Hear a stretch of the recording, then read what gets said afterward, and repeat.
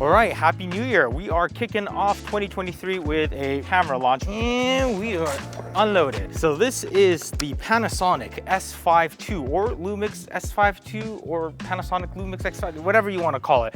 But this is interesting because I've been a big fan of Panasonic cameras for a really long time for two big reasons. One, they feel like they really make the camera for cinematographers in mind. And also they have really good image stabilization. But I feel like their biggest shortcoming has always been in the autofocus with their contrast-based autofocus, which basically sucks. But now, phase detect autofocus, not face detect, phase detect. And the way I see it, without the autofocus holding it back, this really has the potential to be my daily driver. It's under $2,000, full frame, 6K, H.265 codecs with a good V-log, good dynamic range, 180-degree shutter that I can lock on. It's got anamorphic modes and IBIS and digital image stabilization that uses the gyro sensor or fan so it doesn't overheat. But enough of this technical talk, let's just go out and take it for a spin. The mount is L mount, so the lens lines up down here. This is kind of a lens alliance between Leica, Panasonic, and Sigma, and they're all kind of making lenses together, which is pretty smart. Now you have more lens options to choose from. So I want to test out the autofocus with this 50mm prime, and I'm going to ND it down so I can shoot wide open. Panasonic told me that there's a recommendation for their autofocus mode in video, which is the full area autofocus and also with full...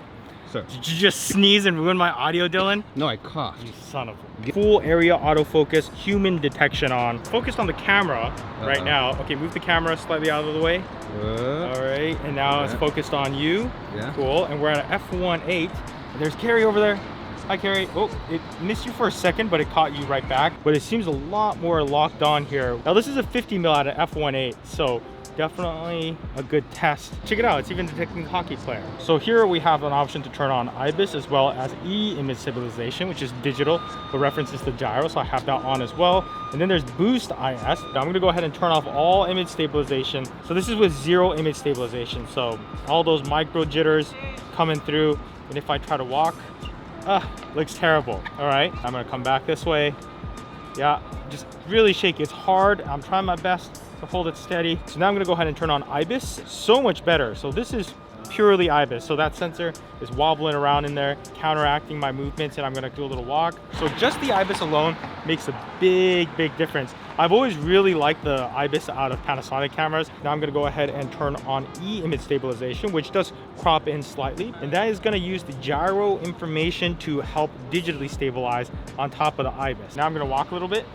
Not bad. All right, now let's go ahead and just go even crazier with boost image stabilization. Pretty much looks like it's on a tripod here. Compare this to no image stabilization. Way different. So here, check this out. We have multiple subjects in the frame, and I'm just gonna go ahead and use the joystick to toggle to this lady back here, and then that guy back there, and then back to that guy in the middle, and then let's go back to Carrie. I can slide in and out, and it's holding this focus all right. Panasonic finally coming through with good autofocus. The true test will be if I can slide down this and if this can hold my focus. Friction's starting to hurt my butt. Is it losing it? It's probably losing it here, huh? Yeah, when you step back fast. But when you go slow, it holds on to you a little better. Dylan, you want to try the slide? Yeah, okay. Oh! What's up? Good job, Dylan. I'm impressed. That was a good slide. That was a good slide. How did you get so much slide? I got stuck. My ass is sticky. Yeah. Actually, I shouldn't say that. All right, let's review that. The autofocus is actually stuck. F1.8.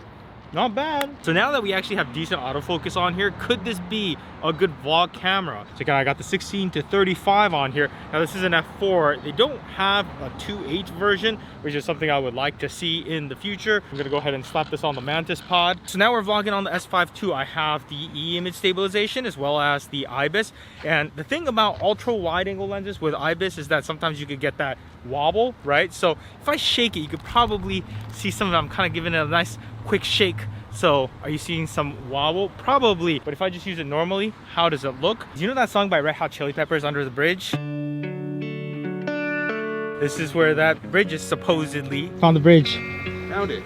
It's the guy taking in the view of the concrete up close. How is the IBIS wobble and how's the focus been? So there are some limitations with slow-mo on this camera. So if I want to go up to 4K 60, then there is a crop. 120 in full HD using the full sensor. And there's also a 150 where you lose the autofocus. I'm reading an article saying that actually wasn't the Anthony Kiedis bridge. walked all the way over there for that. What I like about Panasonic is that it feels like a cinema camera rather than a photography camera that can also shoot video. For example, you can shoot at a shutter angle, so 180-degree shutter. So one of the big things I'm noticing is that I'm accidentally doing this a whole bunch, so accidentally changing my shutter speed. So I actually swapped the aperture and shutter speed around, so now my shutter's here and my aperture's here. But in general, this dial being right here at the corner, I'm constantly accidentally sweeping it. Carrie's not such a big fan of the city. Huh. There's no bathrooms. Yeah, so Carrie needs to go now. You wonder why the street smells like piss. You gotta go to Chipotle and buy something.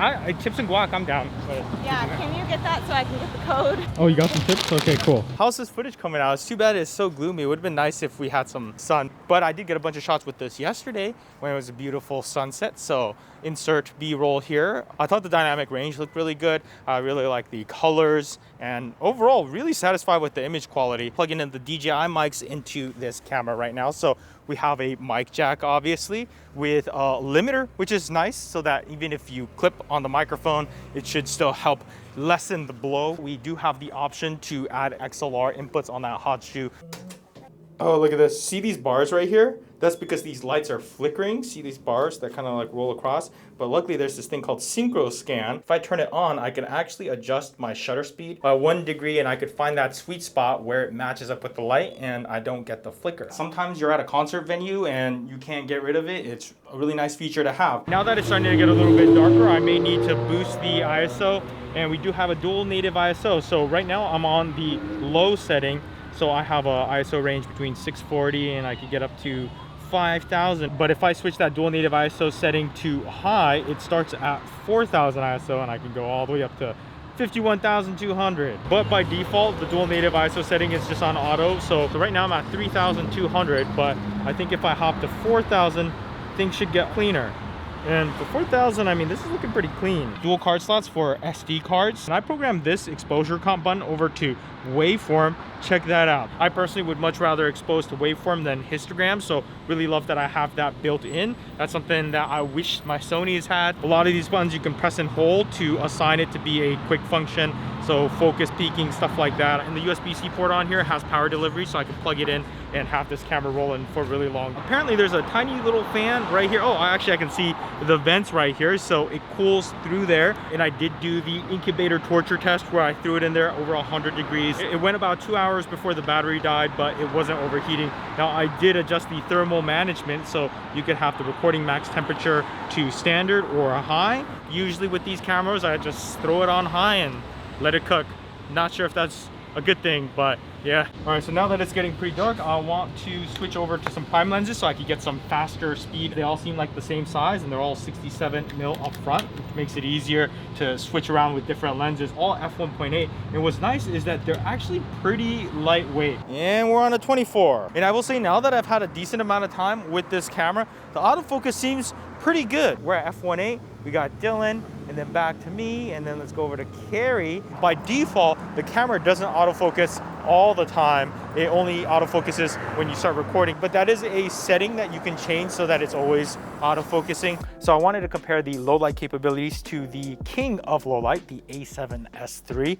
And at 4,000 ISO, the Panasonic definitely looked better, but that makes sense because the A7S3 didn't have a chance to jump into its higher base yet. So I took them both up to 12,800, which is the A7S's sweet spot.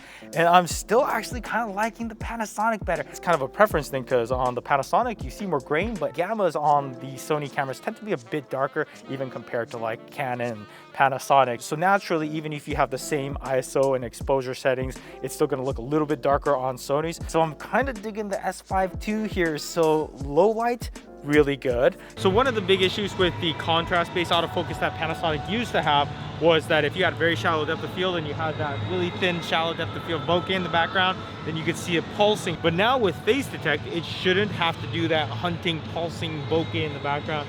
So I'm gonna go ahead and throw 85 prime on here because I don't see any pulsating of the bokeh in the background. This is definitely a big improvement over what we used to have. Obviously, if I scoot in, the bokeh would get bigger. Dylan always gets the best shots. Yeah, I mean, this autofocus is pretty solid. This audio, we're trying to film a YouTube video here. Their house can wait. Guy doing a wheelie and then focus onto Dylan. Well, Dylan's just so out of focus that it doesn't even recognize that there's a head there. Let me back up a little bit. All right, now I got him. Hold on. Right there is a box around Dylan. It does recognize that there's a head there, but it hasn't focused on him yet.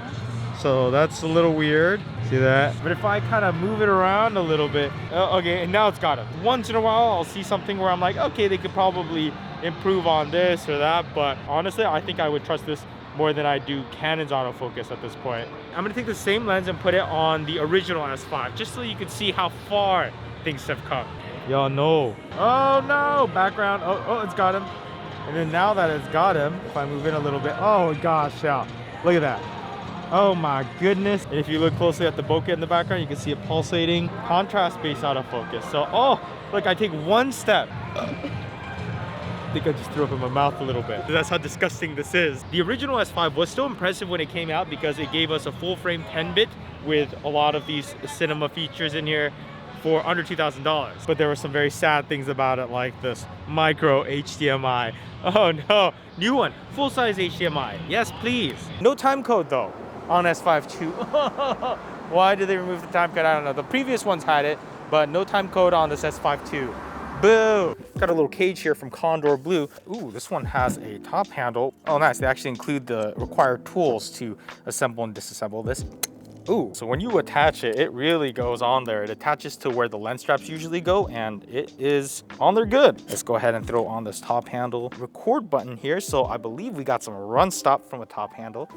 Sweet. We got a rosette mount here, which is great for a handle. We got some 1/4 inches, 3/8 with some airy locking pins. Now the S5 II will have an option to add on a $200 software update, which will give you raw output through HDMI if you want to record it externally. And there is also going to be a S5 IIX version, $200 more than the S5 II, but it will have the raw out capability included, as well as some ProRes options. Also, pretty big fan of the user interface of Panasonic camera. So if I pull up the quick menu here, this is going to give me 12 items that I can quickly adjust, and of course you can customize it to the settings that you use the most. So right here is different exposure modes, so I'm usually on manual, but sometimes I'll hop over to shutter priority. And then we have our MP4 and MOV, and depending on what format you are, you're going to have access to different record qualities. And there is also a 6K 3x2, kind of like an open gate setting. So open gate records basically the whole sensor, and that's traditionally been useful for being able to get the maximum amount of pixel density in an anamorphic lens. But now with the popularity of vertical video, it's also just a useful format, so you can extract vertical clips easier without having to crop further into the image. And then if we go here, notice that it is telling us that we are using the full frame image area of the sensor. So let's say we want to hop into APS-C, we can do that, and even pixel to pixel. We have our sound recording level adjustment right there. So now if I switch the dial over to S&Q, or slow and quick mode for slow motion or time-lapse stuff, now I can go ahead and select this, and I can choose the different frame rates I want to record. And now let's say if I change this over to full HD, and then I go back into S&Q, notice I have higher frame rates. If we want to go 150, you'll notice that it tells you that it's manual focus only. So after 120, you lose that autofocus. We could even go all the way up to 180, which it tells us, of course, manual focus, but also a slight crop in. And then we come here, and I like the option to be able to turn the LUT on and off out of my HDMI. And I have independent control from the HDMI LUT to the monitor back here, which is a nice thing to have. Sometimes you don't have independent control. I also threw the Wi-Fi on here. It's a quick way to connect it to the app. You can do remote control and wirelessly preview the shot, which is kind of handy sometimes. And we do have dual card slots, so we can choose which card slot that we are going to record to. And I like to have the bottom row be my 3 modes of image stabilization. So this is the boost on and off. And I love how I can just kind of go to a box and just use the dial to switch it on and off real quick. Image stabilization on or off, so you can see that the crop being adjusted. Love the button layout too, very obvious to adjust your white balance, your ISO. And of course, I always recommend with most of these cameras, you go in and customize your favorite menu items. This is also a pretty cool exposure tool that Panasonic gives us, which is luminance spot meter. If I turn that on, I can actually take this box and drag it around to different parts of the frame and see what kind of exposure I have there. So I'm like -3 stops here. I'm pretty good here, -0.3, and then if I go up to the sky, I'm hot. Now, personally, I'm more interested in this camera for the video capabilities, but there are some interesting photo things like 24.2 megapixel sensor. You can put it on a tripod and have it do the high resolution mode, where basically it goes and takes a bunch of photos and the IBIS moves just slightly enough to where it can compile several photos together and give you, I think, like 96 megapixels. So super high res by using that IBIS. Pretty clever stuff if you love anamorphic. We have all these different options, 0.5, 2.0, and things in between. So when you're shooting anamorphic, you can actually preview the anamorphic D-squeeze right here on the screen by itself, which is awesome. And the image stabilization has anamorphic modes. IBIS on an anamorphic lens is definitely different from a standard spherical lens because there's certain corrections that it shouldn't do, or else your lens flares or your bokeh in the background might skew around. Battery life seems pretty decent, and it is the same type of battery that we got out of the GH6 as well as the original S5s. There is a little bit of rolling shutter in here that I have noticed. You know, in most cases, it's not something that you're gonna notice, but if you're constantly doing all kinds of whip pans, then you will start to see those vertical lines just jelloing around. All right, so bottom line, this S5ii that I'm recording on right now, can it be my new daily driver? Crap, I'm just realizing now that it keeps going out of focus, especially when I use my hands like this. Like, oh, like, look at that. Hold on, let me try switching some settings real quick. Okay, so it was on human detection, so I think it was trying to detect my whole humanness. Now that I have it on just face only mode, is it better than that? Or is it still gonna get distracted by my hand and just, oh, look at the hand. Are you going to focus on the hand instead? Oh, it still kind of did it. I wonder if there's any other settings I can change in here, like the animated hand talker mode. Now, this definitely points against it because I know that the Sony doesn't typically do that with the hands unless I'm like this with the Sony. But this is still pre-production firmware and they are still improving on it. And the good news is that the hardware of a face detect sensor is in there. So, you know, if they just add in a little bit more firmware updates with some hand ignoring algorithms, then maybe this will go away. Because it knows my face is here. But then if I just kind of do a little bit of, it gets a little thrown out. Okay, now it's doing good. My face, then it's gone. To my hands. To my hands.